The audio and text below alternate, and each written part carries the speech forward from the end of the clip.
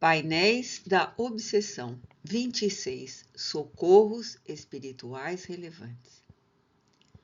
Na singeleza do quarto em que a criança ardia em febre, reencontramos o amigo Bernardo, que se aprestava para auxiliar o médium concentrado, teleguiado pela instrutora amorosa. Havia lágrimas nos olhos do companheiro encarnado, prestes a se desdobrar pela face pálida de emoção.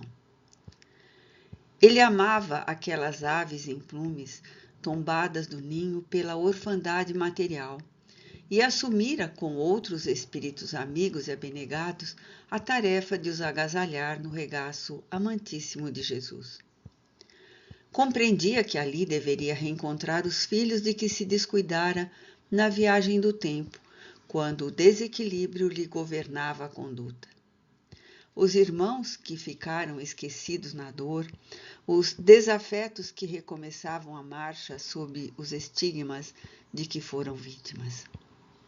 Carlos, o companheiro que mais de perto se associara ao ideal, fascinado pelo desafio cristão, se lhe vinculava por experiências transatas em inúmeras etapas reencarnatórias. Agora, fruindo a oportunidade decisiva para ambos. No grave compromisso que abraçavam, era-lhe o apoio e a dedicação, aliás, recebendo do médium a segurança e o exemplo de fé, para não se deixar quebrantar no ânimo nem descoroçoar na empresa. Igualmente, amava aqueles seres que lhe chegavam, inseguros e desfalecentes, aguardando diretrizes e reeducação. A irmã Angélica, que por todos vigiava, reunira-os e trouxera outros afeiçoados colaboradores, de modo a formarem a família da fraternidade cristã, laborando pela própria e pela felicidade geral. A esta altura, já se havia educado ali uma geração que seguira adiante com o próprio esforço, porém, que recebera cuidados e orientação indispensáveis ao êxito de que cada qual se utilizava, conforme as próprias possibilidades e de acordo com o estágio evolutivo em que se encontrava.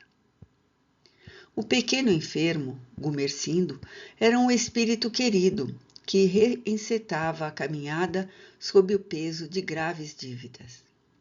Graças a isso, renasceu por intermédio de humilde senhora, portadora de tuberculose pulmonar, que se poupava a alimentação para mais oferecer ao filhinho recém-chegado. Cliente da casa, recebia ajuda desde algum tempo. Em pressentindo a aproximação da morte, ela rogara ao médium responsabilizar-se pelo filho, a fim de partir tranquila. Desse modo, restabeleceram-se os liames da afetividade entre o trabalhador do Evangelho e o candidato ao crescimento espiritual de volta à carne.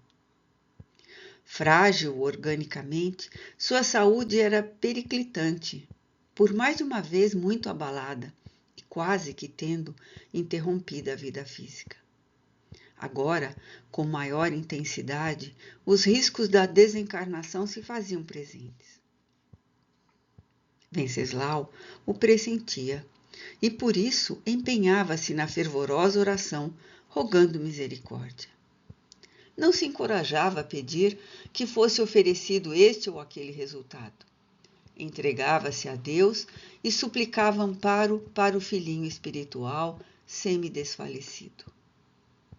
Ao lado da cama, a genitora desencarnada, de joelhos, conforme o hábito da religião que professara, na humildade de mulher simples na terra, igualmente pedia pela permanência daquele a quem emprestara o corpo.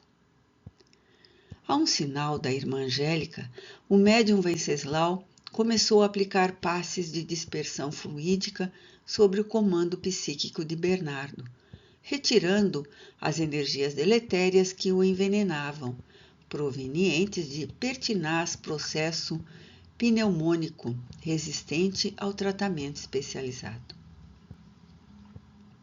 observamos que o sensitivo, carregado de vibrações de alto teor, desembaraçava o frágil organismo do pequeno enfermo das correntes pesadas de energia negativa, ao mesmo tempo infundindo-lhe forças novas.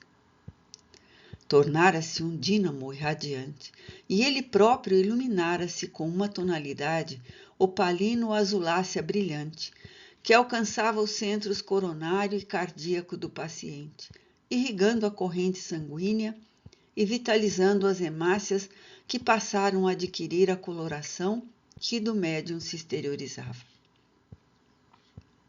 À medida que o passe socorrista prosseguia, observamos que a febre começou a ceder e uma sudorese abundante foi se alastrando por todo o pequeno corpo. A respiração passou lentamente ao ritmo da quase normalidade. Nesse momento, quando ficou concluída a terapia fluídica, vimos a benfeitora desembaraçar o espírito Gumersindo da teia material e desdobrá-lo, como ocorre nos processos do sono natural. Quase de imediato, ele assumiu a personalidade anterior de quando desencarnara no século passado, com idade aproximada de 12 anos. E, dirigido pela mentora, acercou-se do médium, que acompanhava a cena, falando-lhe comovido. Necessito, paizinho, de prosseguir. Ajude-me com o seu amor, rogando ao Senhor que nos ampare os propósitos do bem, sustentando-nos na luta redentora. Abraçou-o em lágrimas e insistiu. Rogue para que possamos ficar juntos por mais algum tempo. Balbuciou então uma breve e sentida oração, ungida de amor e rica de submissão à vontade de Deus, colocando-se à disposição dos seus elevados desígnios. O médium, comovido quanto nós outros, acompanhava a cena tocante e bela, irmanando-nos todos àquela rogativa de alta nobreza. Não havia no ambiente qualquer presença perturbadora ou infeliz. O quarto humilde se transformou num santuário de amor e fé, onde pulsavam as harmonias da espiritualidade.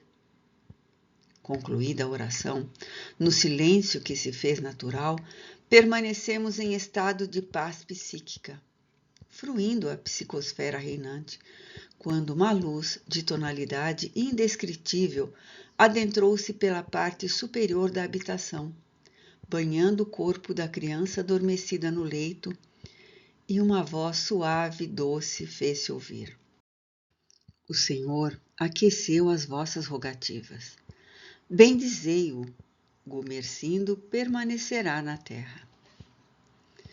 A custo, controlei a emoção que me assaltou de felicidade. Foi a irmã Angélica quem rendeu graças, reconduzindo o espírito Gumersindo ao corpo, não sem antes permitir-lhe oscular a genitora desencarnada, igualmente feliz e agradecida a Deus.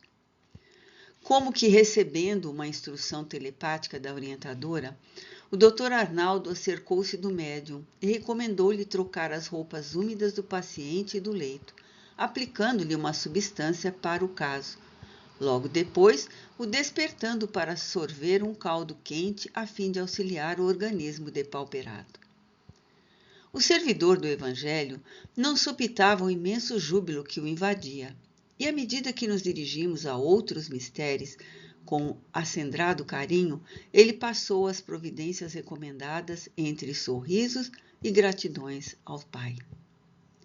No silêncio de uma habitação, longe da bulha e das artificialidades mundanas, sem quaisquer parafernálias e tumultos, no refúgio da oração e sob recursos fluidoterápicos, fora travada uma grande batalha, na qual triunfara o amor, proporcionando ventura e crescimento espiritual para o combate que iniciava a marcha sob a bênção da reencarnação. Percebendo-me a emoção sem palavras, o gentil médico, em ligeiro comentário, referiu-se.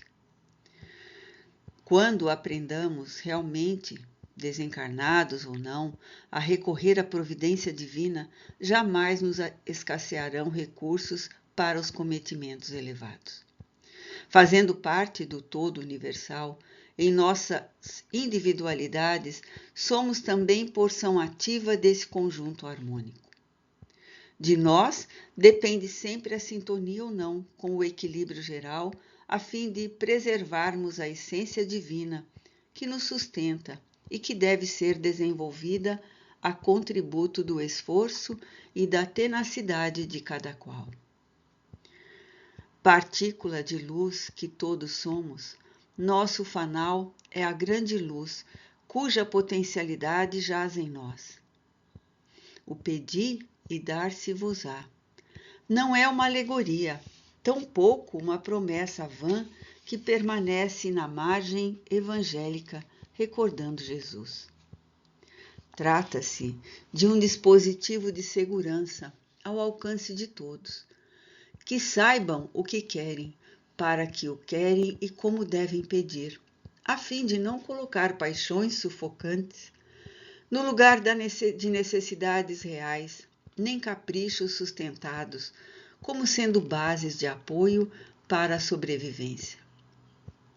Porquanto, nem tudo o que queremos é sempre o de melhor para o nosso progresso real, que é de consequências eternas.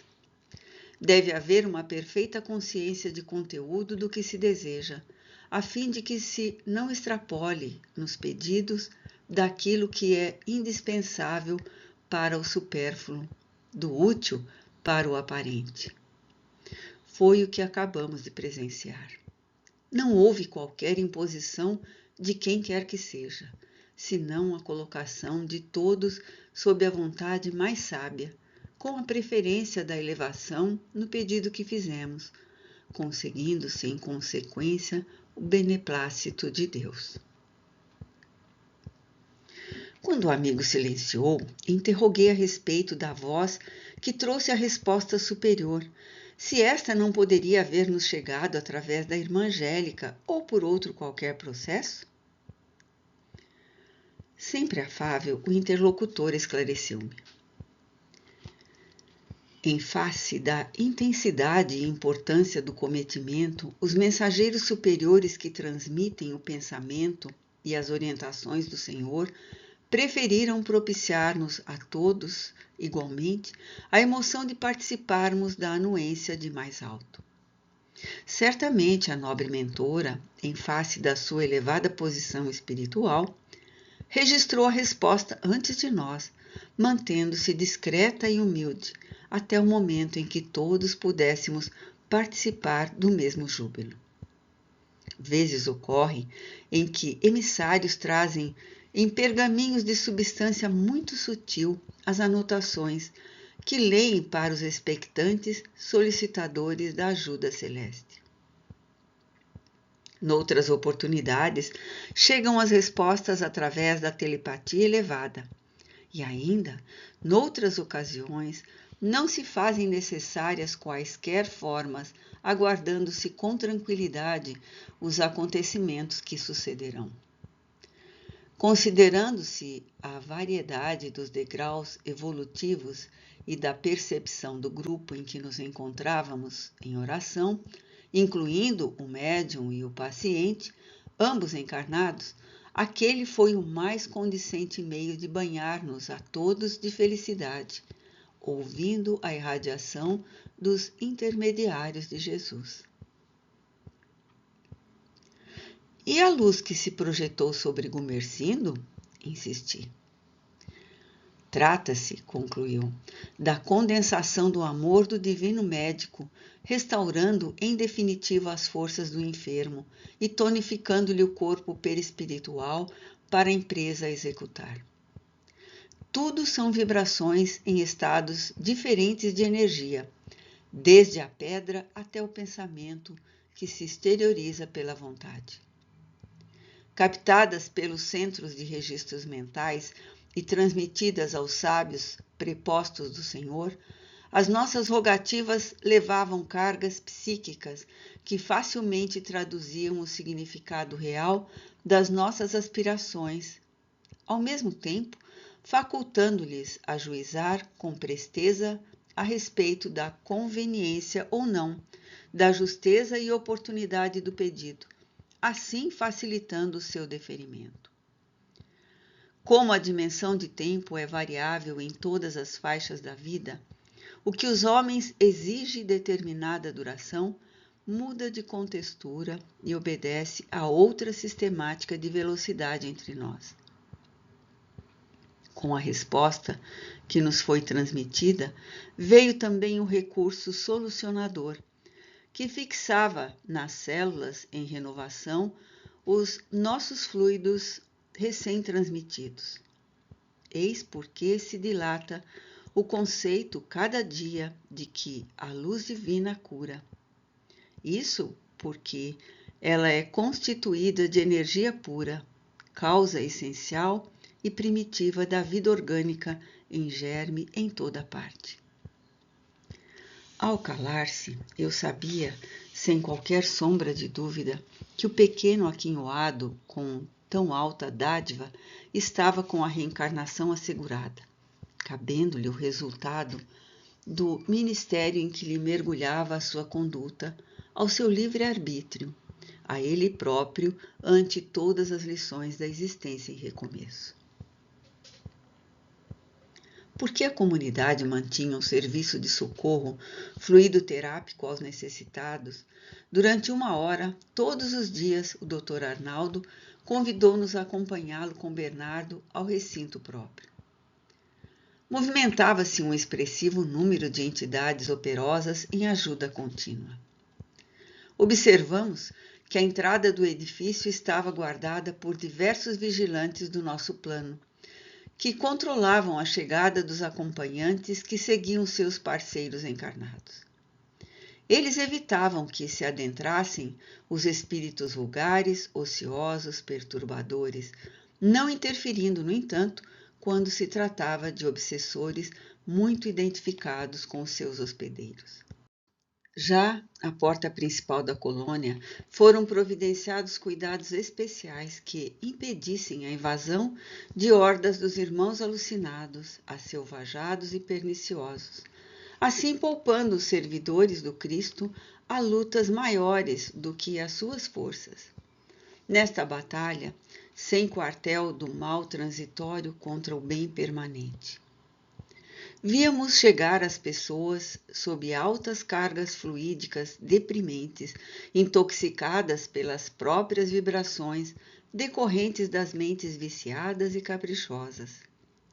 Algumas padeciam de doenças orgânicas e psíquicas rebeldes, com conexão com processos obsessivos, enquanto noutras os quadros da subjugação espiritual inferior eram patentes.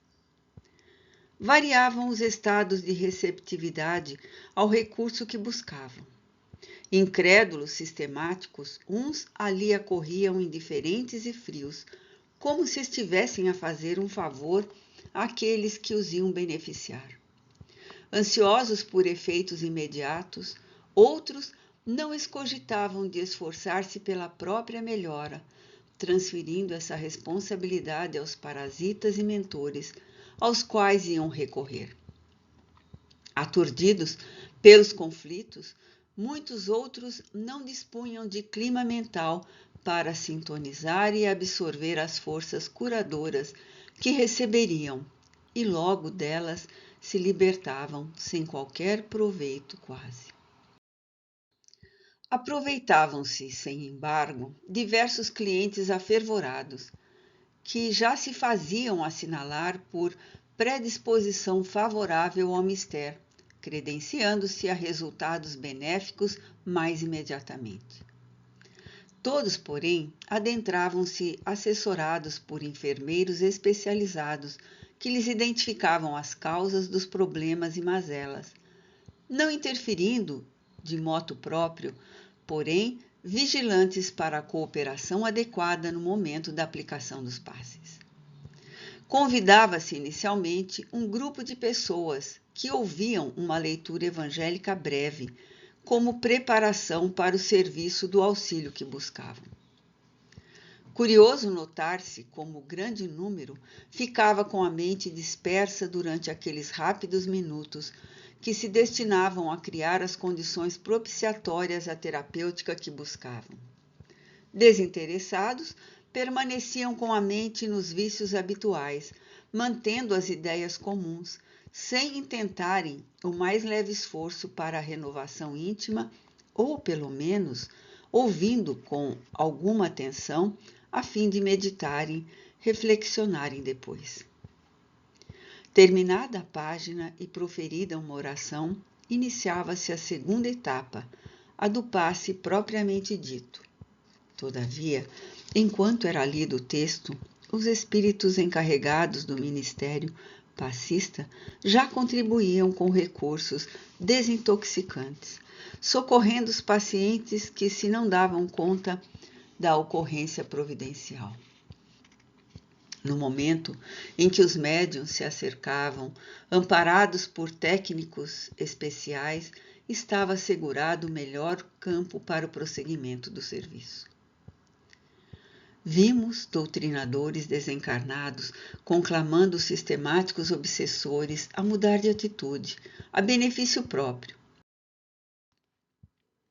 Familiares de entidades aturdidas pela morte recente, libertando-as das fixações naqueles que ficaram, e aos quais, sem o desejarem, transmitiam humores psíquicos perniciosos que os enfermavam. A outros sofredores, igualmente carregados das doenças que lhes vitimaram os corpos, dispensavam-se energias restauradoras, de modo a liberá-los dos fluidos mais pesados que os atormentavam. Alguns eram convidados a permanecer no recinto para posterior atendimento e transferência para colônias hospitais de tratamento adequado. A verdade é que os benefícios se distribuíam amplamente nas duas esferas vibratórias com carinho, tendo-se presente a caridade, conforme a lecionaram e viveram Jesus e os seus discípulos. Observei que nem todos os encarnados recolhiam os benefícios que se lhe ofereciam, e as razões eram óbvias. Todavia, com a continuação do tratamento, terminavam por assimilar resultados positivos que lhes competiam sustentar e multiplicar a favor de si mesmos. Os grupos sucediam-se até o momento de encerrada a tarefa. Os benefícios ofertados haviam sido múltiplos e de alto teor, restando a cada pessoa bem aplicá-los, assim preservando-os e fortalecendo-se para as lutas. As entidades mais perversas, quando convidadas a uma mudança de atitude, tornavam-se receptivas, ficando no recinto a aguardar os trabalhos mediúnicos de desobsessão, que tinham lugar em dias próprios, vivendo desde então o clima de prece e de paz da comunidade, o mesmo acontecendo com os outros necessitados espirituais. Conversando com o Dr. Lustosa a respeito da excelência desse ministério colocado a serviço do bem geral, este elucidou.